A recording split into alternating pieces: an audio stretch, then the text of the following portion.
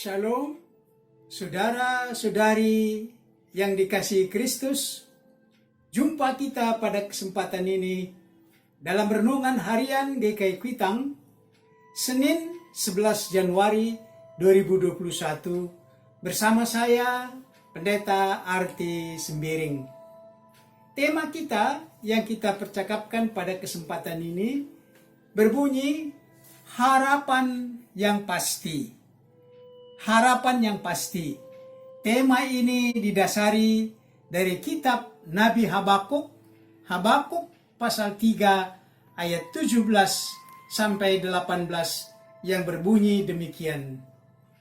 Sekalipun pohon ara tidak berbunga, pohon anggur tidak berbuah, hasil pohon zaitun mengecewakan, sekalipun ladang-ladang tidak menghasilkan bahan makanan, kambing domba terhalau dari kurungan, dan tidak ada lembu sapi dalam kandang.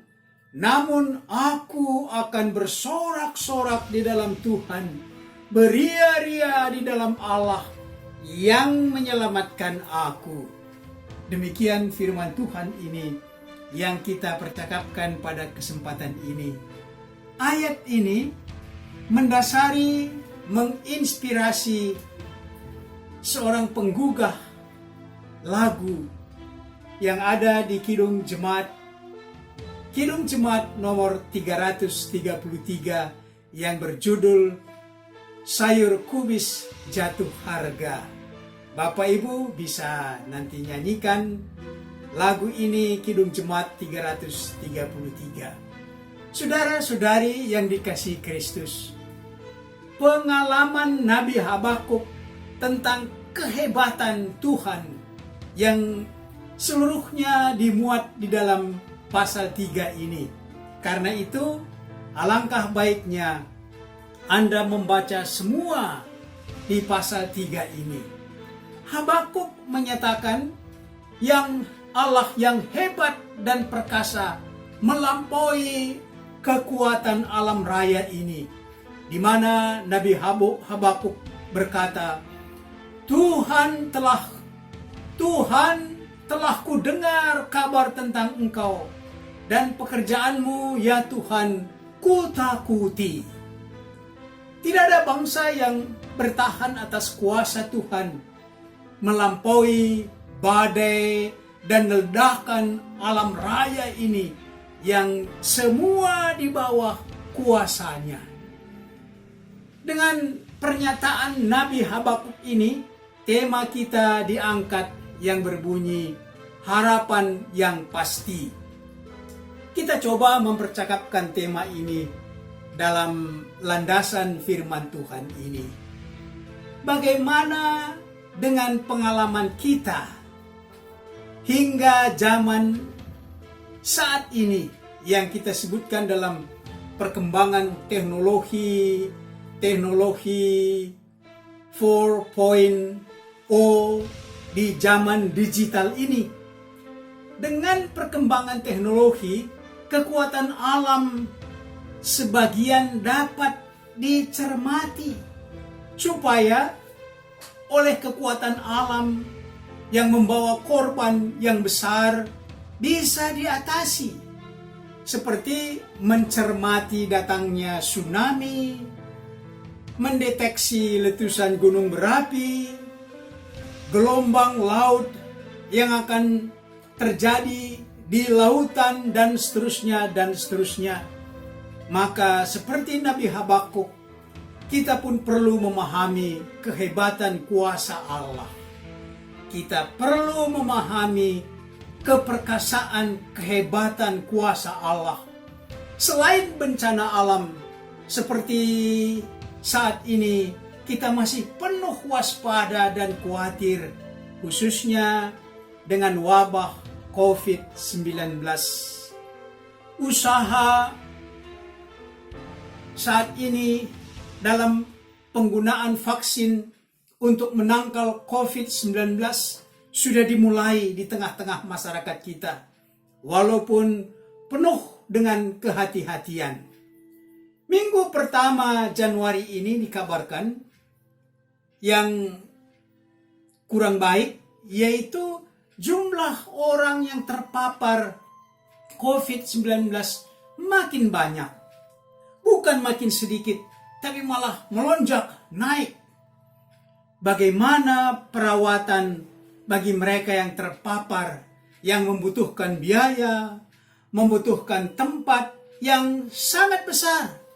Dan kalau meningkat lagi nanti yang terpapar, maka merupakan bencana bagi bangsa ini. Begitulah situasi yang kita masuki tahun 2021 ini. Persoalan-persoalan lain seperti keutuhan bangsa, masalah ekonomi, keamanan, hukum, itu juga masih beban berat di tengah-tengah masyarakat kita. Intoleransi, kekerasan, perpecahan bangsa, di mana ada rongrongan terhadap ideologi Pancasila yang mampu selama ini mempersatukan dari Sabang sampai Merauke, itu semua menyita energi pemerintah yang bisa menghambat pembangunan yang dilakukan oleh pemerintah kita. Kalau dulu yang disebut semangat 45, di mana keragaman suku, daerah, dan keragaman agama, di mana pemuda bangsa kita bersatu mengikrarkan satu nusa, satu bangsa, satu bahasa, yaitu Indonesia yang berdaulat. Maka sekarang dengan keragaman suku, daerah, dan agama, bangsa kita justru terancam kesatuannya. Agama justru digunakan dengan angkuhnya untuk merendahkan satu kelompok dengan kelompok yang lain dan menimbulkan perpecahan. Saudara-saudari yang dikasihi Kristus, itulah situasi tahun lalu, dan kita memasuki tahun 2021 ini dengan masih terbeban dengan persoalan yang belum terselesaikan itu. Perjalanan zaman ini bukan karena doa satu agama. Kita menyeberang dari tahun 2020 masuk ke 2021 ini bukan atas permintaan salah satu agama. Bukan juga hasil rekayasa teknologi manusia. Tetapi semua itu ada dalam kuasa dan kasih Allah. Tahun 2021 dengan berbagai pergolakan, khususnya di negeri kita, dengan berbagai bencana, rongrongan, dengan rasa, dengan adanya yang kita sebut teroris, adanya intoleransi yang memecah bangsa, semua itu telah kita alami. Dan dari tahun 2020 kemudian kita masuk ke 2021 masih juga terbeban dengan persoalan itu. Saudara-saudari, sebagai orang percaya akan kuasa Tuhan, kita mengimani, kita mengiyakan, demikianlah kuasa kerja Allah yang menyertai bangsa kita, menyertai dunia ini. Mari saudara-saudara, kita simak bagaimana pernyataan Nabi Habakuk memasuki masa depan yang tidak menggembirakan. Dia berkata, sekalipun pohon ara tidak berbunga, pohon anggur tidak berbuah, hasil pohon zaitun mengecewakan, sekalipun ladang-ladang tidak menghasilkan bahan makanan, kambing domba terhalau dari kurungan, dan tidak ada lembu sapi dalam kandang. Namun, aku akan bersorak-sorak di dalam Tuhan, beria-ria di dalam Allah yang menyelamatkan aku. Tadi, kita sudah menyebut masalah-masalah yang menjadi beban berat bangsa kita.